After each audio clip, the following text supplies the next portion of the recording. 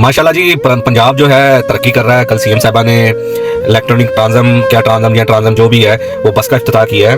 तो मैं पंजाब को मुबारकबाद देना चाहूँगा कि पंजाब बड़ा खुशहाल है। पंजाब में महंगाई ख़त्म हो गई है, पेट्रोल 60-70 रुपये लीटर हो गया है, लोगों का रोज़गार वसी हो गया है, बिजली के बिल 6-7 रुपये यूनिट के हिसाब से आ रहे हैं। तो जो घी है, ऑयल है, उसकी प्राइस बिल्कुल ख़त्म हो गई है, ये प्राइस बहुत कम हो गई है। तो अगर ये सब कुछ हो गया तो मैडम आपको सल्यूट करना चाहता हूँ मैं। आप बहुत अच्छा पंजाब को कैरी कर रही हैं।